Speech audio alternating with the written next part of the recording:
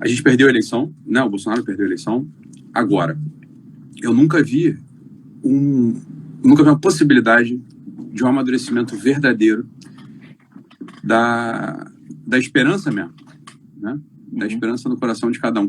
Eu nunca vi, e isso a gente pode vasculhar historicamente, eu nunca vi no sentido do povo brasileiro um apelo a um espírito verdadeiramente conservador e religioso como a gente viu nesses últimos tempos. Olha, veja que coisa interessante. No meio de toda essa polarização e os esquerdistas, os comunistas chamando a gente de fascistas, chamando a gente de, sei lá, todos aqueles nomes absurdos que eles chamam e que é uma cegueira do tamanho do mundo, o que a gente estava fazendo era rezando, o que a gente estava fazendo era acreditando na esperança, o que a gente estava fazendo era apostando num transcendental chamado liberdade.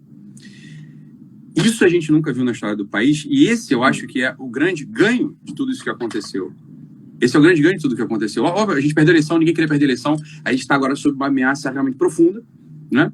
Quer dizer, voltando o Lula, e não é só o Lula, é Gleisi Hoffmann, volta o Zé Dirceu, volta toda aquela corja que será ministros, irá tentar governar o país nos próximos 4 anos, é evidente, né? É claro que ninguém... Ítalo, parêntese, nos próximos 20 anos.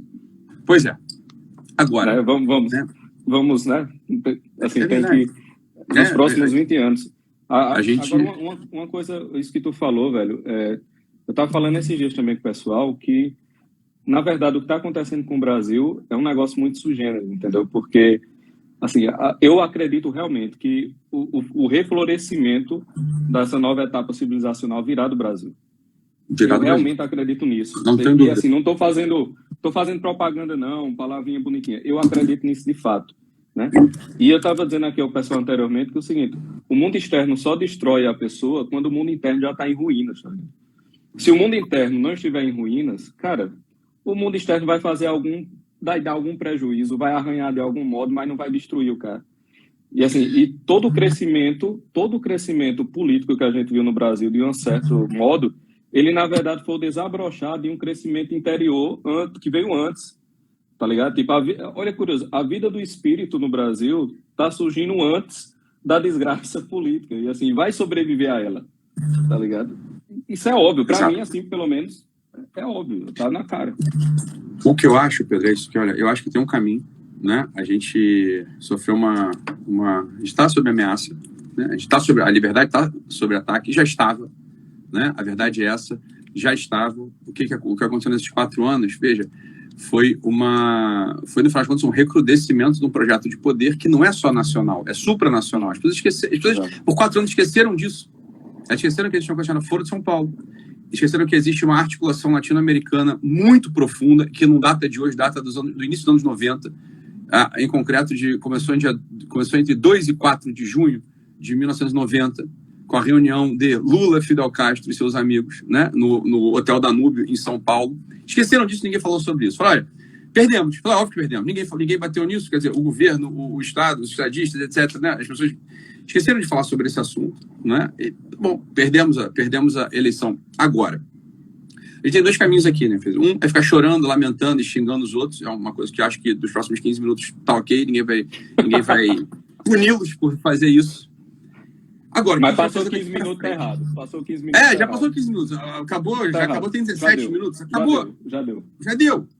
A gente já tá muito junto, cara. Esse que tem que acontecer. Isso que eu queria chamar. Eu queria chamar a minha audiência. Somos 40 mil pessoas aqui agora assistindo isso.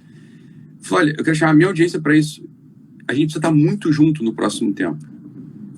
A gente precisa, e aí que está o ponto, né? E a gente sabe como fazer isso, eu sei como fazer isso, o Pedro sabe como fazer isso, algumas pessoas nesse país sabem como fazer isso. A gente tem que, de fato, acender o espírito do desejo de santidade pessoal e das comunidades. É isso que a gente precisa fazer. Olha, eu vou te falar, o Pedro fala do São José Maria Escrivá, e tem uma coisa que isso é verdade, bicho. Olha, essa crise mundial é uma crise de santos. Se tiver 1, 2 santos, meu irmão, pode vir 1000 fóruns de São Paulo, 1000 fóruns de São Paulo. Não vai dar conta. Que não vai dar conta. Agora, a gente precisa de fato assumir essa responsabilidade pessoal. E quando eu falo de santidade, a gente vai ter que bater nessa tecla aqui, ó, nos próximos tempos, mas muito, não é uma coisa longínqua, não é para um ou outro, não é só para mim, não é só para o Pedro, é para todo mundo que está aqui, bicho. A gente precisa, o Brasil, o Pedro falou uma coisa e é isso eu acho mesmo. O Brasil, acho que é um grande celeiro, ou um grande terreno que vai dar para o mundo frutos, eu acho. Eu acho que o reflorescimento, a primavera vai vir daqui. Eu estava em Portugal, Pedro, essa semana, acabei de vir de lá. Ok? Me reuni com 400 pessoas em Portugal para dar uma palestra que era sobre liberdade. Ok? Fui chamado por um instituto lá português. E falei, Pedro, uma coisa que aconteceu, tá? Beleza, a gente é brasileiro, tem aquela síndrome latino-americano, mas eu não tenho muito isso, então eu cheguei lá falando como se eu estivesse no quintal de Vila Isabel, que foi onde eu cresci. Estava na Europa, né? Estava numa grande capital europeia. E falei com aquela liberdade, com aquela cara de pau dos brasileiros, convocando aquela gente que nos deu a fé. Aquela gente que nos deu a fé. Isso, exato. Eles esqueceram disso. E a quem nós estamos espiritualmente unidos. Isso é uma coisa que o pessoal Exato. Não se liga. A história do Brasil e de Portugal tem um vínculo até o juízo final. Até a consumação dos tempos. Tá ligado? E falando de santidade com eles, Pedro, eu falei do coração, era sobre liberdade, Foro de São Paulo, então obviamente eu tive que tocar no tema da santidade. Uhum. Eu fiquei surpreso, eu falei para uma plateia de católicos, ok? De católicos. E eu fiquei surpreso como aquilo pareceu uma novidade jovem para uma coisa jovem, uma coisa com um ar de descoberta. Eu falei, diabos, como é que esse pessoal esqueceu disso? Bons católicos, eles esqueceram que a gente é chamado a santidade. E num nível muito sério. Não é um nível somente intelectual, não é um nível somente estético, não é um nível de ouvir dizer. Eu falei, é pessoal. Isso é que todos nós somos chamados hoje, nesse momento. Eu acho que, né, perdemos, a gente não queria ter perdido. Não estamos dizendo que foi bom ter perdido, foi uma bosta ter perdido. Bosta ter perdido. Dito isso, só uma saída. Porque essa arma eles não têm. Se a direita, que não existe no Brasil, os conservadores, que também não existem no Brasil, se quiserem se organizar e fazer tipo um foro de São Paulo antagônico, vai dar com a cara no muro. Vai.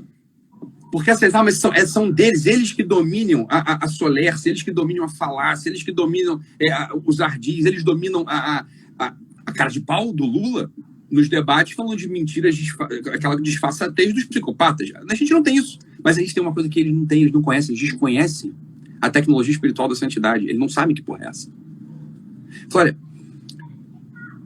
como que 12 sujeitos lá na Palestina derrubaram um império poderoso?